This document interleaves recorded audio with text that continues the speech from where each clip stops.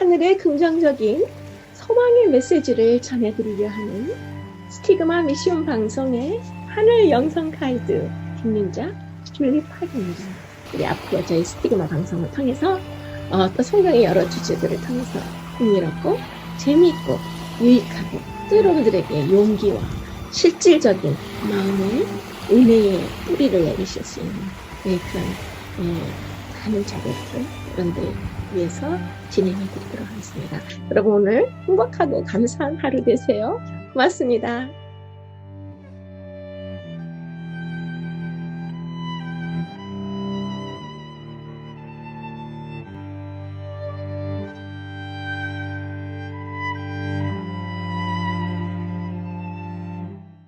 네, 오늘은 시과를 공부하실 차례인데요. 오늘은 특별히 이 성경 전체 역사에서 가장 그 절정에 달하는 이사야서 52장과 53장 그리고 50장의 범위를 공부하시겠습니다. 오늘 배우시는 이 모든 내용은 고난받는 종의 시라고 하는 특별한 내용을 오늘 다루게 되는데요. 이사야 52장 13절에서부터 이사야 53장 12절까지를 고난받는 종의 시라고 특별히 우리가 부르게 되는데요. 오늘 이 부분을 저희가 이 방송을 진행할 때에 그냥 각 소재로 나누어서 일반 방송처럼 진행하기에는 너무 인간의 언어로 이것을 다 전달해 드리는 것이 너무 드라이하고 부족해서 제가 오늘은 특집으로 마련을 했습니다. 그래서 서론부터 첫째 소재부터 다섯째 소재까지를 하나의 프로그램으로 만들어서 특별히 엄선된 십자가의 모습을 여러분들에게 묵상으로 말씀과 합해서 고난받으시는 예수님의 모습을 특별히 조명해 드리도록 하겠습니다. 이제 뒷부분에서 두세 가지 그 특별한 영적인 질문에 대한 또 특별한 묵상을 결론을 내드려서 여러분들이 오늘 공부하실 때 또 많은 것을 마음속에 간직하실 수 있도록 그렇게 준비를 하였습니다. 특별히 오늘 그 다섯째 소재에서는 이사야서 40장 2절의 말씀을 다루고 있고요. 그리고 첫째 소절에서는 또 이사야서 50장 6절의 말씀을 함께 이어서 이 고난받는 종의 이 고난의 시에 대해서 같이 엮어서 진행을 했기 때문에 제가 그 부분은 또 이사야서 52장과 53장의 부분에서 함께 잘 묶어서 진행을 하도록 하겠습니다. 오늘 그 교과 내용이 시과에서는 이렇게 첫째 소재에서 다섯째 소재까지를 다 하나로 묶어서 진행을 해드리지만 특별히 셋째 소재에서는 조금 그 이사야서 53장 1절에 대한 특별한 그 설명을 조금 드리고 이 프로그램을 진행하는 것이 여러분들이 훨씬 이해가 잘 되실 거예요. 그래서 셋째 소재만 따로 뽑아서 먼저 잠시 설명드리도록 하겠습니다. 자, 그러면 우리 셋째 소재에서는요. 메시아께서 채찍에 맞고 또 가시관을 쓰시고 십자가에 매달리시는 그런 죄를 짊어지시는 인자의 모습, 사람의 모습을 도대체 인간의 형체라고는 알아볼 수 없을 정도로 그렇게 처참하게 망가지고 일그러진 그런 예수 그리스도의 소식을 전하는 것을 과연 누가 믿었느냐라고 물어보는 그런 대목이에요. 그래서 먼저 이사야서 53장 1절의 말씀을 보시도록 하겠습니다. 우리가 전한 것을 누가 믿었느냐? 여호와의 팔이 누구에게 나타났느냐? 네, 여기에서 지금 이 성경 구절의 맨 첫 부분에 우리의 전한 것을 누가 믿었느냐?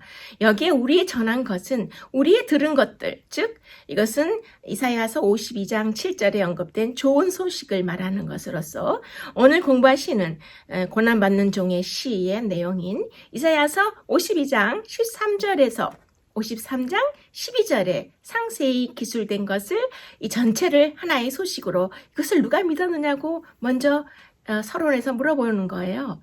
그래서 여기 지금 그 누가 믿었느냐라고 이제 성경 구절에 나오는데요. 이것은 누가 주의 종 메시아가 비천하게 된 이야기와 높임받은 이야기를 믿었냐고 묻는 것이죠. 그래서 52장 13절에서 53장 12절의 주제인 구세주의 이타적인 사랑과 그의 대속적 희생의 이야기가 이 세상의 역사와 영원한 세월을 통해서 가장 놀라운 기별이며 가장 위대한 좋은 소식이라는 것을 먼저 강조하는 것입니다. 자, 그러면 마태복음 8장 17절과 요한복음 12장 38절에서는 이제 같은 신약의 기사들이 분명히 이 이사야서 53장이 예수 그리스도께 적용한다고 언급하고 있죠. 그래서 마태복음 8장 17절에는 이는 선지자 이사야로 하신 말씀에 우리 연약한 것을 친히 담당하시고 병을 짊어지셨도다 함을 이루려 하십니다라 라고 말씀하고 계시고요. 그 다음에 요한복음 12장 38절에서는 이는 선지자 이사야의 말씀을 이루려 하심이라. 가로되 주여 우리에게 들은 바를 누가 믿었으며 주의 팔이 누구에게 나타났나이까. 지금 요한복음 12장 38절에서는 지금 여러분들이 보시고 계시는 이 이사야서 53장 1절에 우리가 전한 것을 누가 믿었느냐, 여호와의 팔이 누구에게 나타났느냐라고 언급한 것을 그대로 인용해서 요한복음 12장에 적용을 하면서 예수 그리스도를 가리키고 있는 것을 우리가 확실히 알 수 있어요. 자, 그럼 여기 여호와의 팔이라고 그 팔이라는 말은 그 모든 인간이 팔로 자기가 계획한 일을 성취시키는 것처럼 하나님의 팔은 하나님의 계획을 성취시키는 하나님의 능력이라는 그런 의미예요. 그래서 인간을 구원하는 사업에 작용하는 그 도구로서 하나님의 팔, 하나님의 능력을 지금 이 성경절에서 간접적으로 표현하고 있는 것입니다. 네, 그러면 이제 조금 전에 말씀드린 대로 첫째 소재부터 마지막 소재까지 묶어서 이 이사야서 52장과 53장에 표현된 예수 그리스도 하나님의 종의 고난에 대한 내용을 특별 프로그램으로 진행해 드리겠습니다. 기도하는 마음으로 여러분들께서 좀 더 집중하셔서 이 프로그램에 함께 하시면 예수 그리스도께서 큰 영광을 받으실 것입니다. 나를 때리는 자들에게 내 등을 맡기며 나의 수염을 뽑는 자들에게 나의 뺨을 맡기며. 특별히 이 모습은 중동 지방에서 가장 모욕적이고 불명예로 여기는 장면이 예수 그리스도께 벌어진 것입니다. 예수님 뺨을 치고 수염을 아프게 뽑고 그에게 침을 뱉는 그런 인간적인 최대의 잔인한 모욕과 고통받으시는 모습을 그리고 있습니다. 그리스도께서는 능력과 모독으로 심한 고통을 당하셨습니다. 그분은 당신이 창조하고 또 위하여 무한한 희생을 치르시려고 하는 자들의 손에서 온갖 모욕을 당하고 계시는 것입니다.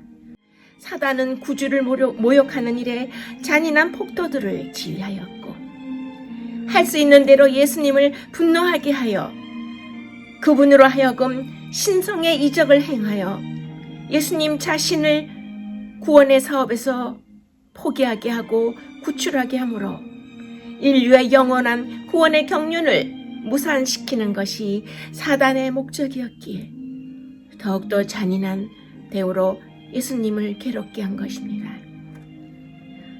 이제 예수께서는 하나님의 붙드시는 임재의 빛을 차단당한 것처럼 보였습니다. 그분은 범죄자들과 같이 모진 취급을 받으셨습니다. 타락한 인류의 죄짐을 당신이 지셔야만 했습니다.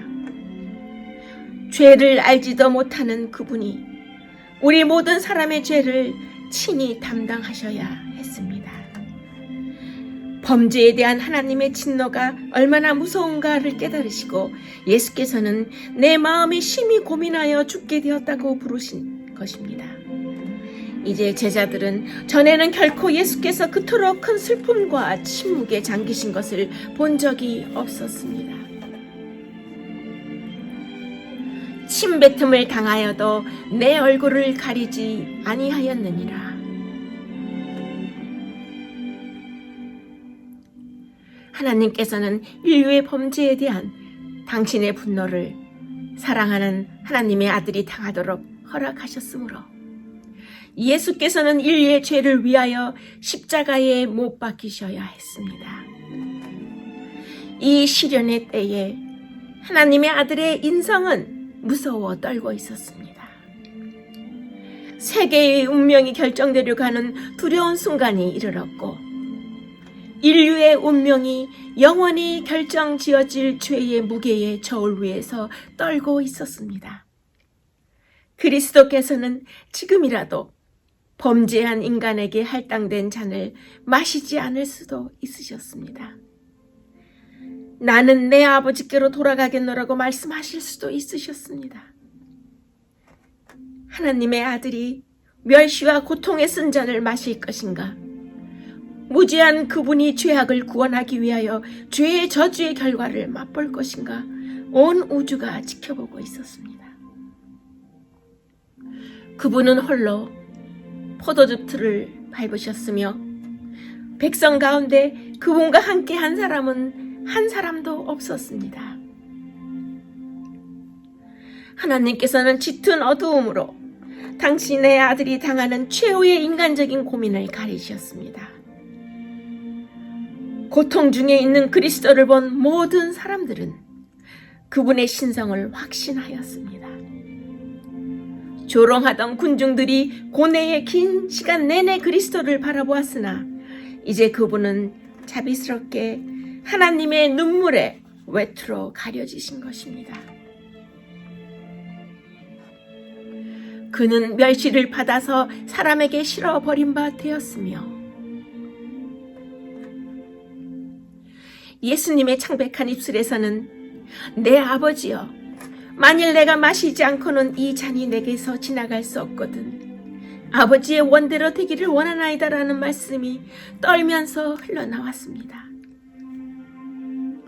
십자가를 메시기 전에 겟세마네 동산에서 예수께서는 3번이나 그 기도를 드리셨습니다.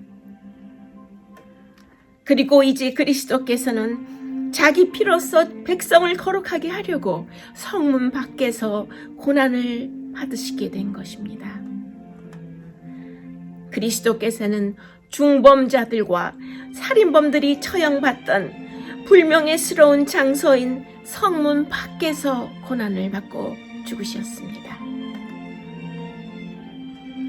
구주를 따라 갈바리로 가던 군중들 가운데 많은 사람들이 전에 예수께서 나귀를 타시고 승리의 찬양가를 부르며 예루살렘으로 입성할 때에 기뻐 호산나를 외치고 종려나무 가지를 흔들면서 그분을 따라갔던 자들이었는데 그때는 그렇게 찬양하였던 사람들이 그토록 기쁨으로 그분을 찬양했던 많은 사람들이 지금은 저를 십자가에 못 박게 하소서, 저 사람을 십자가에 못 박게 하소서 소리 지르며 영문도 모른 채 분노에 휩싸여 큰 소리로 다 함께 외쳤습니다.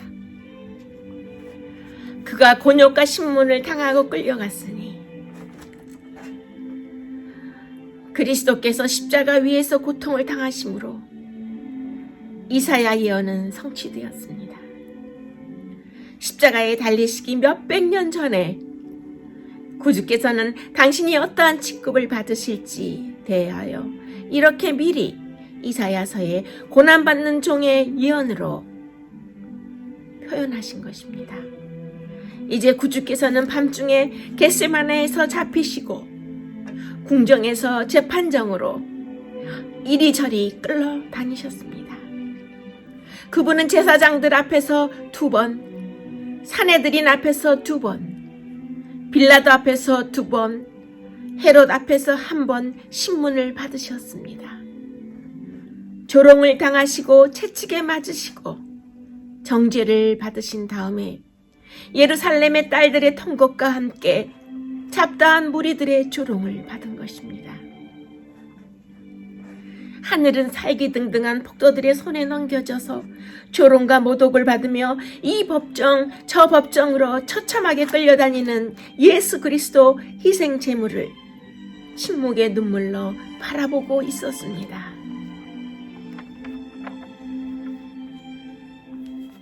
그가 곤욕을 당하여 괴로울 때에도 그 입을 열지 아니하였으며 구주께가 한 온갖 모욕으로도 그분의 입술에서 지극히 적은 한마디의 불평도 흘러나오지 않자 사단은 몹시 분노하였습니다.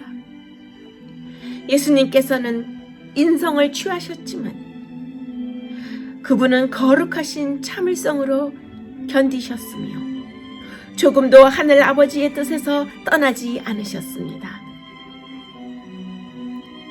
구주를 따르던 무리들은 십자가의 무게에 눌린 예수님의 허약하고 비틀거리는 걸음을 보았지만 그분에게 아무런 동정심을 나타내지 않았습니다. 배반당하심으로 견디기 어려움을 참으셨으며 제자들이 자기를 버리고 도망가는 것을 목격하셨습니다. 안나스에게로 끌려가셨고 가야바에게로, 다음은 빌라도에게로 끌려가시고 빌라도에게서 헤롯에게로, 다시 빌라도에게로 보내졌습니다. 그러는 동안에 계속적으로 예수님께서는 모진 모독과 조롱을 당하셨습니다. 그 모든 수치스럽고 어처구니 없는 신문을 받으시는 모든 순간 동안에 우리의 희생 제물 되신 예수님은 확고부동하게 존귀하게 처신하셨던 것입니다. 그리스도께 유리한 증언은 하나도 들리지 않았고 그분은 홀로 악인에게서 모욕과 조롱을 당하고 계셨습니다. 사단과 그의 천사들은 인간의 모양으로 십자가 곁에 나타났던 것입니다. 마치 도수장으로 끌려가는 어린 양과 잠잠한 양같이 그 입을 열지 아니하였도다.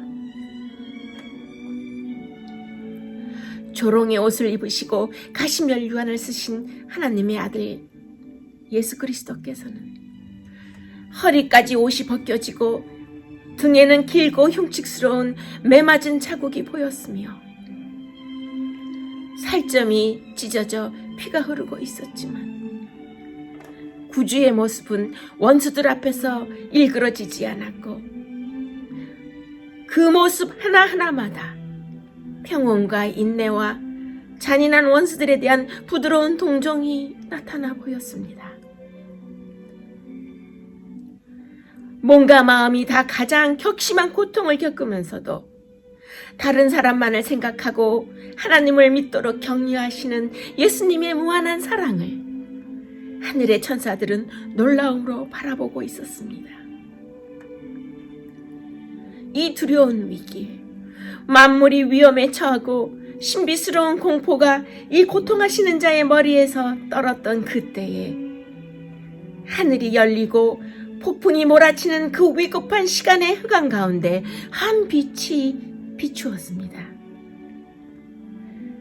하나님을 모시고 서 있었던 힘있는 천사가 예수 그리스도 곁으로 내려왔던 것입니다. 이 천사는 하나님 아버지의 사랑의 보증으로 그리스도께서 이 잔을 마시도록 격려하려고 온 것이었습니다. 천사는 신성과 인성을 겸하신 그리스도에게 힘을 주려고 왔습니다. 고통의 결과로 구원 얻게 될 영혼들에 대하여 말하면서 그 천사는 그리스도에게 열려있는 하늘을 가리켰습니다.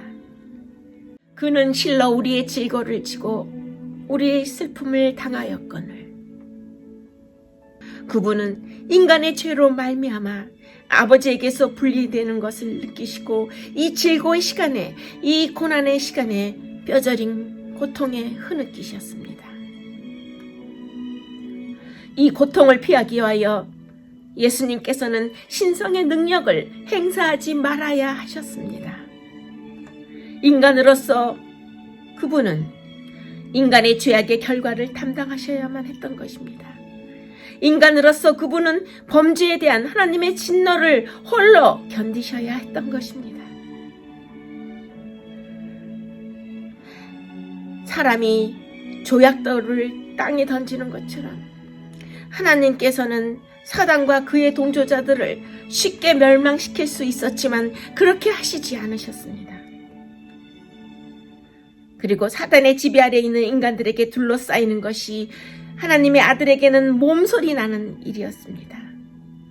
그분은 신성의 능력을 발휘하여서 일순간에 당신을 잔인하게 괴롭히는 자들을 죽일 수 있다는 사실을 스스로 잘 알고 계셨습니다. 이것이 하나님의 아들에게는 더 큰 시련으로서 그 순간을 더 견디기 힘들게 만든 것입니다. 그리스도께서 멸시를 받으실 때에 그분께서는 신성을 나타내고 싶은 강한 유혹으로 고통스러워 하셨습니다. 아수르 대군 18만 5천 명의 군사들을 한순간 진멸시키시던 그 큰 역사의 일의 지휘관이셨던 하나님의 아들 예수 그리스도 하늘의 사령관께서 지금은 이렇게 큰 유혹을 받고 계셨던 것입니다. 하늘의 천사들은 그들의 사랑하는 사령관을 대적하는 모든 행동을 주시하였습니다. 하나님의 명령만 있다면, 예수 그리스도의 명령만 있다면 이 모든 천사들은 같은 일을 할 수 있었습니다. 일찍이 그들은 구약의 여호와 하나님이신 예수 그리스도의 명령에 순종해서 하룻밤 사이에 아수르 제국의 군대 18만 5천을 죽였던 그 천사들이었습니다. 너무나 쉽게 하나님의 원수들을 소멸시킴으로 그들의 분노를 나타낼 수 있었지만 지금 이 십자가의 순간에는 그들은 그들의 능력을 쓰도록 명령을 받지 않았습니다. 그가 찔림은 우리의 허물 때문이요, 그가 상함은 우리의 죄악 때문이라. 피로에 지치고 온몸의 상처를 받으신 예수님은 끌려 나오셔서 군중들의 목전에서 채찍을 맞으셨습니다. 그분의 이마에 씌워진 가시관을 내리칠 때마다 그분의 머리에는 가시에 찔린 붉은 피가 그분의 얼굴을 따라 흘러내리고 있었습니다. 굵은 못이 부드러운 살을 뚫고 들어갈 때에 비탄에 빠진 제자들은 거의 실신 상태에 있던 예수님의 어머니를 그 참혹한 장면으로부터 다른 곳으로 모시고 갔습니다. 상처난 머리에서 피가 흐르고 이마는 피땀으로 범벅이 된 채 십자가에 달리신 그리스도를 하늘은 슬픔과 경탄으로 바라보고 있었습니다. 그분의 손과 발에서 흐르는 피가 십자가를 세우기 위하여 뚫어놓은 바위 위에 방울방울 떨어졌습니다. 못 박힌 상처들은 예수님의 몸무게를 견디지 못해 크게 찢어지고 또 찢어졌습니다. 그리스도께서 무서운 고통 가운데서 아버지여 저희를 사하여 주옵소서, 자기가 하는 것을 알지 못하나이다 라고 기도하실 때에 이것이야말로 하늘의 우주 거민들에게 너무나 충격적이고 끔찍하고 놀라운 광경이었습니다. 이제 사단의 통치는 타락하지 않은 천사들과 하늘 온 우주 앞에 공개되었고, 사단은 가혹한 살인자임이 온 천하에 판명이 되었습니다. 그가 징계를 받음으로 우리는 평화를 누리고 그가 채찍에 맞음으로 우리는 나음을 받았도다. 하나님께서는 당신의 아들과 함께 고통을 당하셨습니다. 천사들은 구주의 고뇌하시는 모습을 지켜보고 있었습니다. 저희의 주께서 사단의 군대에 포위되어서 몸소리 쳐지는 불가사의한 공포에 눌린 것을 보았습니다. 하늘에는 침묵이 흘렀고 하늘의 음악도 멈췄습니다. 죽을 수밖에 없는 인생들이 당신의 사랑하는 아들로부터 그분의 빛과 사랑과 광채를 거두시는 아버지를 보고 있었습니다. 수많은 천사들의 놀라움을 바라볼 수 있었다면 그들은 하나님 보시기에 죄가 얼마나 고통스러운지 잘 깨달았을 것입니다. 흠없는 하나님의 아들이 십자가에 달리셨고 그분의 살은 채찍에 맞아 찢어지셨고 그처럼 자주 축복하기 위하여 펴시던 그분의 손은 기둥에 못 박히셨습니다. 이제 하나님의 아들이 죄악의 짐을 지기로 동의한 것이 다 우리를 위함이며 인간을 위하여 그분이 사망의 권세를 깨뜨리시고 낙원의 문을 여시려고 하신 것임을 온 세상에 드러내신 것입니다. 성난 파도를 잔잔케 하시고 출렁이는 파도 위를 걸으셨으며 귀신들로 떨게 하시고 질병이 물러가게 하셨으며 소경의 눈을 뜨게 하시고 죽은 자를 살리셨던 그분이 지금은 자기 자신을 희생 제물로 십자가 위에 바치고 계셨습니다. 여호와께서 그에게 상함을 받게 하시기를 원하사 질고를 당하게 하셨은즉 예수께서 십자가에 못 박히시자마자 힘센 사람들이 십자가를 들어 준비된 구덩이에 난폭하게 던져서 십자가를 세웠습니다. 이것이 온몸이 찢어지신 하나님의 아들에게 가장 격심한 고통을 주었습니다. 십자가 위에서 고통의 긴 시간 동안 예수님의 귀에는 욕설과 야유와 조롱의 말만 크게 들려왔습니다. 천사들은 놀람으로 구주의 절망적인 외로운 고통을 목격하였습니다. 하늘의 군대들은 이 무서운 광경에서 그들의 얼굴을 가렸습니다. 자연계도 모욕을 당하며 숨을 거두시는 창조주에게 동정을 표하고 태양은 무서운 광경을 보기를 거절하였고 세상을 밝게 비추고 있던 한낮의 태양이 그때 갑자기 없어진 것처럼 보였습니다. 장례식 휘장 같은 칠흑 같은 어둠이 십자가를 뒤덮었습니다. 이 짙은 어두움은 그분의 영광을 인간의 눈으로부터 감추신 것입니다. 하나님과 그분의 거룩한 천사들은 십자가 곁에 계셨습니다. 하나님 아버지께서는 아들과 함께 계셨으나 하나님의 직접적인 임재는 나타내시지 않으셨습니다. 그의 영혼을 속건제물로 드리기에 이르면 그가 씨를 보게 되며 그의 날은 길 것이요. 구약의 여호와 하나님이셨던 그리스도께서는 4000년 동안 인류를 향상시키기 위해 애쓰셨으며 사단은 인류를 멸망시키고 타락시키기 위해 노력해왔고 이 오랜 세월 동안 하늘 우주는 이 모든 것을 바라보았습니다. 상처를 입고 조롱당하며 십자가에 달리신 예수님에게서 그는 세상 죄를 지고 가는 하나님의 어린 양의 모습이 발견되었습니다. 온 하늘과 타락하지 않은 세계들은 대쟁틀을 목격해 왔으며 큰 흥미를 가지고 투쟁의 마지막 장면까지 따라갔습니다.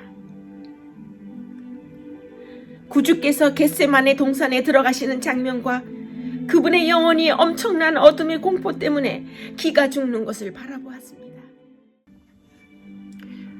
사단은 지금 이 순간에 모든 것을 걸었습니다. 만일 그가 여기에서 실패하면 패권을 잡으려던 그의 희망이 좌절될 것이며 온 세계는 마침내 그리스도의 나라가 될 것이고 그 자신도 영원히 실패하고 내어 쫓길 것을 알았습니다.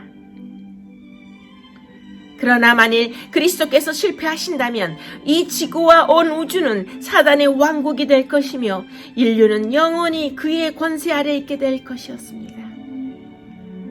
당신 앞에 놓인 투쟁에서 그리스도의 영혼은 하나님에게서 분리되지는 않을까 하는 두려움으로 가득 찼습니다.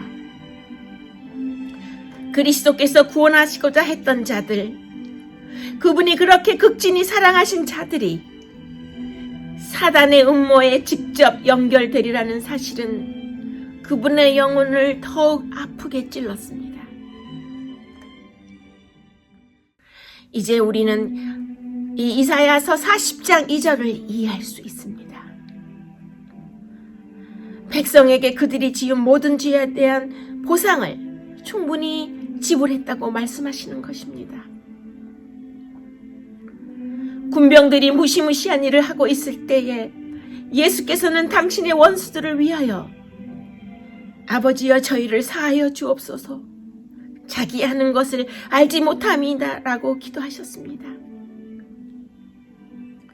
그리스도께서 십자가 위에서 드리신 그 기도는 온 세계를 포함하는 것입니다. 그것은 이 세상이 시작한 때로부터 이 세상이 끝나는 날까지 이 땅에 살았거나 앞으로 살게 된 모든 죄인을 포함하신 것입니다. 모든 사람에게 하나님의 아들을 십자가에 못 박은 죄가 놓여 있었던 것입니다.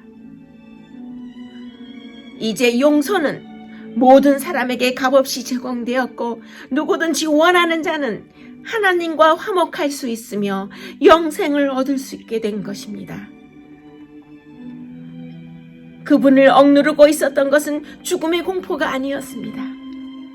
그분에게 말할 수 없는 고민을 자아내게 한 것은 십자가의 고통과 치욕이 아니었습니다.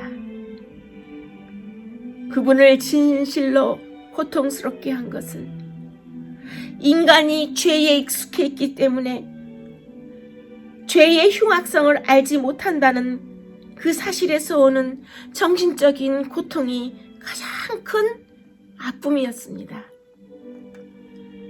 예수님께서는 하나님의 도움 없이는 인간이 멸망당할 수밖에 없다는 것을 아셨고 수많은 사람들이 많은 도움을 받을 수 있는 위치에 있으면서도 죽어가는 것을 뼈저리게 바라보셨습니다.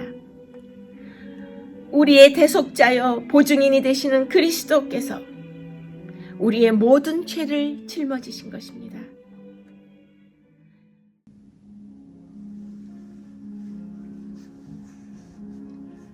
여호와께서는 우리 무리의 죄악을 그에게 담당시키셨도다.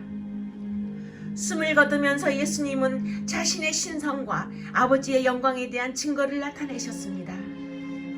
갑자기 어둠이 십자가에서 거쳤을 때 다 이루었도다. 아버지여 내 영혼을 아버지 손에 부탁하나이다라고 부르짖으신 것입니다. 한 줄기 빛이 십자가를 들렀으며 구주의 얼굴은 해와 같은 영광으로 빛났습니다. 그러고 나서 예수께서는 머리를 가슴 위로 떨구고 운명하셨습니다. 하나님께 버림받으신 것처럼 보인 그리스도께서는 무서운 흑암 중에서 인간이 마셔야 할 고통의 잔을 남김없이 마신 후에 운명하셨습니다. 이제 영광의 주께서는 인류를 위한 대속 제물로서 제사 제도의 모형을 희생 제물의 원형으로 보여주시며 인류를 위한 대속 제물로서 운명하신 것입니다.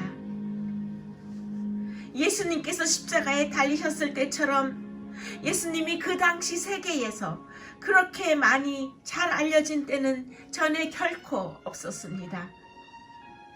십자가에 못 박히신 장면을 바라보고 예수님의 말씀을 들은 많은 사람들의 마음속에 진리의 빛이 비추고 있었습니다.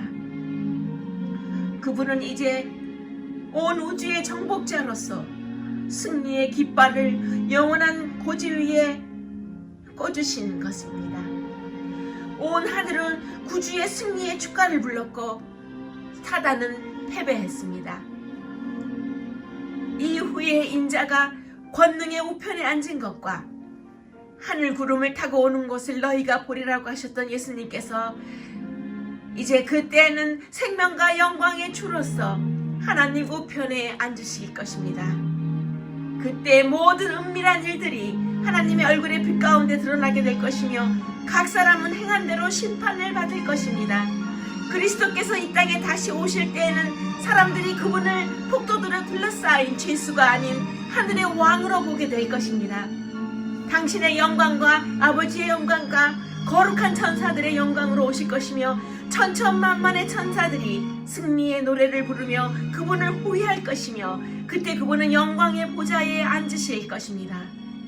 모든 눈이 그분을 볼 것이며 그분을 찌른 자도 볼 것이며 가시관 대신에 영광의 면류관을 쓰신 예수님을 부활한 성도들과 함께 우리 모두 확실하게 보게 될 것입니다.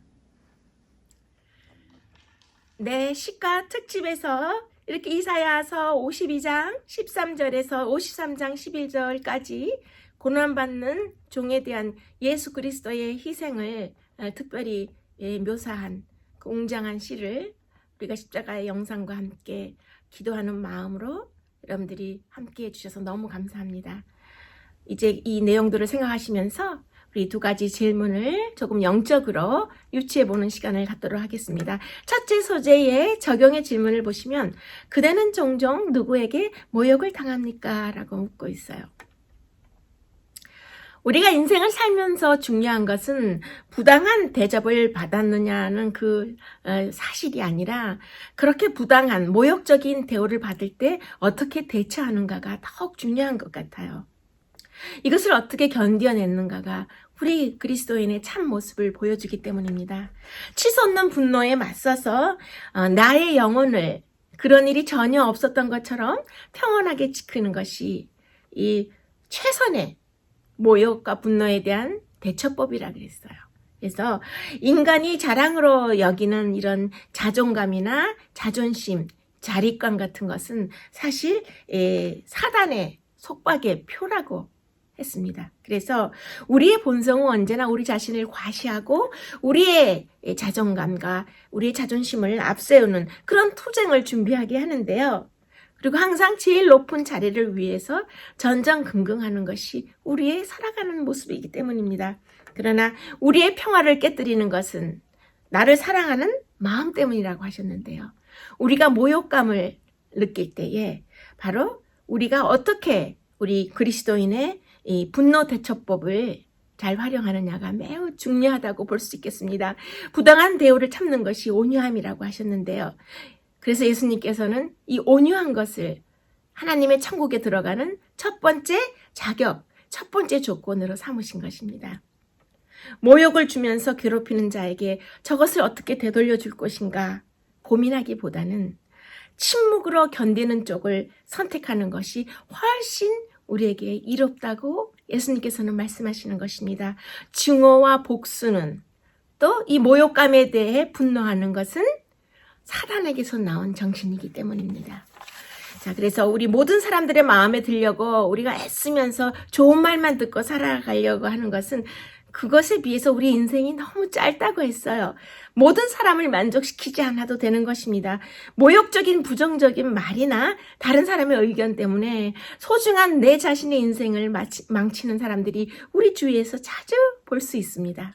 마치 남의 비유를 맞추기 위해서, 남에게 좋은 소리를 듣기 위해서, 좋은 대접을 받기 위해서 산다면, 그래서 그것이 우리의 행복이라고 느낀다면 우리는 참으로 잘못 생각하는 것인데요. 우리가 그래서 모욕적인 말이나 부정적인 말을 들으면 참으로 견딜 수가 없는 것입니다. 그러나 우리가 모든 사람이 나를 좋게 생각하고 좋게 말하고 내가 원하는 대우만 받으면서 살아가기를 기대하는 것은 우리 인생에서는 불가능한 것 같아요. 우리에게 주어진 소중한 인생을 정말 가치 있게 우리가 온유함을 발휘해서 늘 우리 주위에서 발생할 수 있는 모욕감이나 또 우리를 상당히 부정적으로 대우할 때에 우리가 분노 대처법을 잘 활용해서 온유함으로 막아내는 것입니다. 어느 날 정신을 차리고 봤더니 내가 그렇게 피해 의식을 갖고 나를 괴롭히던 사람이, 그래서 내가 너무나 증오하고 심한 모욕감으로 몸서리치던 그 상대방은 아무 일도 없었던 듯이 너무나 평화롭게 건강하게 잘 살아가고 있는데 그 일로 인해서 계속 상처를 받고 마음의 고통을 겪은 내 자신만이 정신적으로나 신체적으로 많은 피해를 입고 있는 것을 종종 발견하게 되는 것입니다. 내 자신이 할 수 있는 상대방에 대한 최대한의 용서는 잊어버리는 것입니다. 그를 내 마음에서 내보내는 것이죠. 그래서 상대방을 미워하는 것은 그 상대방에게는 전혀 아무런 나쁜 영향을 미치고 있지 않은데 진작 피해를 받은 내 자신에게는 내 마음속에 사로잡고 있는 그 억울함이나 미워함이 나의 육신과 내 정신을 파괴하는 것입니다. 대부분의 사람들이 인간관계나 대인관계를 볼 때 웬만하면 그 사람의 좋은 점을 기억하는 사람이 95%가 넘는다고 했어요. 그 사람을 정말 좋게 기억하고 칭찬하고 아끼는 사람이 95%이고 5%라는 20분의 1 소수의 사람만이 그 사람을 미워하거나 험담하거나 모욕감을 주거나 괴롭힌다고 했는데요. 그런데 우리가 인생을 살아가면서 나를 사랑해주고 나를 좋게 기억하고 나를 칭찬해주는 그 95%의 사람은 우리 안중에 없고, 나에게 모욕감을 준 그 5%의 사람만을 내 가슴속에 품고 우리 소중한 우리의 에너지와 모든 인생을 다 낭비하고 있는 것입니다. 상처를 준다고 그걸 받아오지 말라고 했어요. 우리가 요셉의 삶을 볼 때 요셉은 가장 상처를 많이 받은 만한 그런 환경에 있었지만 가장 상처를 받지 않은 그런 사람이죠. 그래서 이 요셉이 핍박을 받고 인신매매를 당하고 감옥에 갇히고 또 많은 배신과 배반을 당했지만, 요셉은 그의 70년의 삶을 통해서 전혀 상처를 받지 않은 아름다운 삶을 살았어요. 그것은 그가 하나님의 임재를 통해서 형통한 삶을 살았기 때문입니다. 상처받는 이유가 여러 가지죠. 많은 크고 작은 이유로 우리가 상처를 잘 받는데, 우리의 이 긴 인생을 살다 보면은 주는 상처를 다 받지 말고 내 마음속에, 내 마음의 이마에 상처사절이라는 한 그 팻말을 붙이고, 우리는 우리에게 수시로 다가오는 모욕감이나 우리를 괴롭히는 그런 상처들에 대해서 좀 더 여유 있게 대처를 한다면 우리의 삶이 좀 더 행복하고 좀 더 여유 있는 그리스도인의 삶이 되지 않을까 해서 지금 첫째 소재의 적용의 질문을 다뤄드렸어요. 자, 그러면 다섯째 소재의 적용의 질문을 잠시 보시겠습니다. 어떻게 내 삶의 변화를 위해 기도하겠습니까? 라고 묻고 있어요.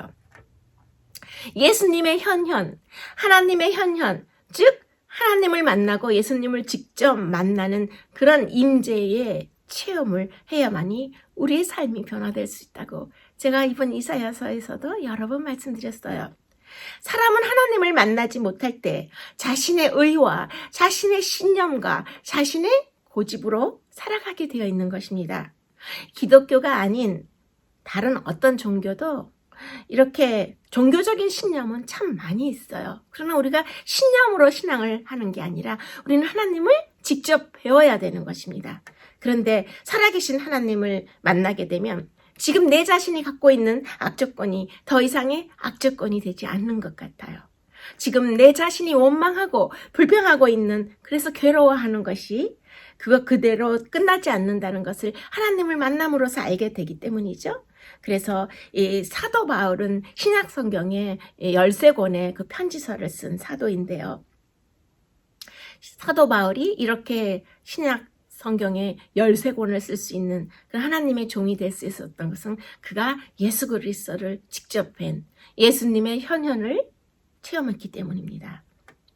또 이 그 모세는 구약 성경의 근간을 마련한 그런 모세오경, 구약에서 가장 중요한 기초가 되는 모세의 오경을 직접 쓴 이 모세는 사실 80세가 될 때까지 들판에서 이 광야에서 장인의 양떼를 돌보면서 광야에서 살았어요. 아무런 소망도 없고 힘도 없고 미래도 없고 계획도 없던 노인에 불과했습니다. 그런데 그런 모세가 시내산에서 불에 타지 않는 떨기나무 불꽃 가운데서 하나님의 임재를 마주한 후에 그의 인생은 180도 달라지게 된 것입니다. 그래서 우리가 하나님의 임재를 경험하면 하나님을 만난 사람들에게는 어떤 일이 벌어질까요? 첫 번째, 하나님을 뵙게 되면 죽은 자 같이 된다고 했어요. 요한계시록을 보면 사도 요한이 하나님의 현현, 하나님의 임재 앞에 엎드러져서 죽은 자 같이 되었다고 고백을 했죠. 하나님의 살아계심을 맛본 사람들은 자기의 것, 자기의 신념, 자기의 의, 자기의 확신, 자기의 주장이 아무것도 아닌 것을 알게 되기 때문에 그 자신에 관한 것들이 다 사라지기 시작하는 것입니다. 자신을 뛰어넘는 엄청나게 크신 하나님 앞에서 먼저 내 자신을 보기 때문에 자신이 죽게 되는 것입니다. 내 시야와 내 안목과 내 판단과 내 결정이 죽을 때에 하나님만 남게 되는 것입니다. 두 번째, 하나님의 임재를 경험하면 하나님의 현현을 체험한 사람들에게는 어떤 일이 벌어지냐면 기다릴 줄 아는 사람이 되는 것입니다. 자기 뜻대로 하나님을 조종하려고 하는 것이 아니라 하나님의 순종에서 기다릴 줄 아는 그런 실력이, 그리스도인의 내적인 실력이 생기는 것입니다. 따라서 환난을 이길 수 있는 것이 하나님을 만남으로써 어떤 환난이 와도 그것을 이길 수 있게 되는 것입니다. 좋은 친구 덕에, 좋은 그리스도인 덕에, 좋은 그리스도인 동료 덕분에 우리가 환난을 이길 수 있는 것이 아니라 나를 직접 붙잡고 인도해 가시는 하나님의 모습을 보기 때문에 우리가 환난을 이길 수 있게 되는 것입니다. 우리의 상황에, 현재의 모습들이 너무나 끔찍해도 그것을 극복하는 우리 하나님이 살아계시고 또 우리 하나님이 내 앞에 계신 것이 분명하기 때문에 우리는 그 하나님의 앞에서 기뻐하고 또 하나님을 따라서 이 험한 세상을 살아갈 수 있는 것입니다. 이사야도 하나님을 만나고 임재 경험 후에 그의 인생이 변화되었죠. 현재의 이 이사야의 상황은 아무것도 바뀌질 않았어요. 바벨론을 통해서 유다를 심판하시는 하나님의 뜻도 전혀 바뀌지 않았죠. 이제 장차 미래의 환난은 다가오고 있었어요. 아무것도 변한 것이 없었지만 이사야는 하나님의 임재와 하나님과의 만남을, 하나님을 직접 체험함으로써 그 소중한 경험을 통해서 승리와 환희의 노래를 부를 수 있었고 기다릴 줄 아는 사람이 된 것입니다. 우리의 신앙생활은 추상적인 것이 아니고 매우 구체적인 것이라고 하셨죠. 그래서 우리가 거룩하게 되는 것은 하나님의 거룩하심을 따라 매우 구체적으로 하나님을 따라가는 것입니다. 그래서 우리가 거룩한 삶을 살기 위한 변화를 겪기 원한다면 그렇게 하나님을 따라가는데 방해가 되는 것은 모두 다 버려야 하는 것입니다. 인생과 신앙은 선택이에요. 제가 이번에 이사야서를 진행하면서 매우 어려운 고난도 동영상 편집의 기술에 도전하면서 이 동영상 편집을 할 때 최고의 기술은 커팅, 자르는 거, 잘 잘라내는 기술이 가장 중요한 기술인 것을 매 순간 뼈저리게 느끼고 있어요. 마찬가지로 우리의 신앙도 이 커팅, 잘라내는 것을 잘해야 하는 것입니다. 우리가 버려야 할 것을 인정사정 없이 딱 필요한 그 순간에 잘라내야 우리의 그리스도인의 삶이 더욱 아름답게 편집이 되고 더욱 아름다운 하나님의 작품으로 되는 것은 매사에 우리가 무언가 잘라내야 하는 것입니다. 여러분, 이제 마무리해야 할 시간이 되었습니다. 오늘은 특별히 시가를 통해서 이사야서 전체의 큰 메시지고 또 성경 전체의 가장 절정에 이르는 그 장면인 고난받는 하나님의 아들 예수 그리스도의 그 모습을 표현한 그리고 예언한 이사야서 52장과 53장의 말씀을 특집으로 엮어서 우리는 이제 그 말씀들을 다시 한번 묵상하면서 우리는 고통을 피하기 위해서 평화를 구하지만 하나님께서는 예수 그리스도께서는 평화를 구하시기 위해 고통을 사용하셨다는 것을 뼈저리게 배웠습니다. 하늘의 하나님께서는 침묵하셨습니다. 예수님이 십자가에 달리셨을 때 하나님은 침묵하셨습니다. 예수님의 처절한 고통 앞에서 차라리 침묵하셨습니다. 십자가 앞에서는 소유도 필요 없었고 명예도 필요 없었습니다. 예수님의 육신이 십자가 나무 위에 달려 있었던 것은 그 나무 위에 박은 못 때문이 아니었습니다. 피를 흘리신 예수님의 육신을 처절하게 십자가 위에 매달리게 한 것은 우리 인간을 향한 예수님의 진한 사랑 때문이었습니다. 예수님이 손에 대못이 박히기 위해 그의 손이 활짝 펴졌을 때 우리를 향한 저 하늘의 천국의 문도 활짝 열렸습니다. 내가 너를 사랑하노라. 내가 너를 사랑하노라. 내가 너를 사랑하는 것은 너가 다른 사람보다 나아서가 아니라 내가 너를 사랑하는 것은 너가 죄를 짓지 않아서가 아니라 내가 너를 사랑하는 것은 내가 이미 영원 전부터 너를 사랑했기 때문이라. 이제 예수님의 음성을 들으면서 우리는 이렇게 고백을 하게 됩니다. 세상에서 천일을 사느니 주 안에서 하루를 사는 삶이 은혜로다. 주님을 떠나서 부유하느니 주님을 모시고 가난함이 은혜로다. 십자가 무거워서 버리느니 십자가 짊어짐이 최후의 영광이리라. 십자가 짊어짐이 하나님의 은혜로다. 십자가 짊어짐이 우리의 최후의 영광이리라. 네, 오늘 고난의 종 특별한 모습을 다뤄드린 시과에서 특별히 십자가 영상과 함께 나레이션을 해드린 부분에서 제 얼굴이 눈물 범벅이 돼서 너무 눈물이 흘러내려서 여러 번 촬영이 중단되고 NG를 내고 재촬영을 다시 여러 번 해서 힘겹게 마무리가 되었습니다. 여러분, 오늘 시과에서 초반 30분에 보여드린 그 예수님의 십자가의 모습, 어쩌면 성경 전체의 절정의 모습, 또 이사야서 전체의 핵심인 그 30분간의 프로그램은 개인적으로 한 번 더 보시면서 여러분들이 기도하는 시간에 좋은 영적인 자료로 다시 활용하셔서 쓰시면 참 좋겠습니다. 여러분, 그럼 이제 시과에서는 이렇게 오늘 마치고요. 다음 주 10일과에서 또 행복하고 감사한 모습으로 여러분 찾아뵙겠습니다. 여러분, 오늘 함께 해주셔서 감사합니다.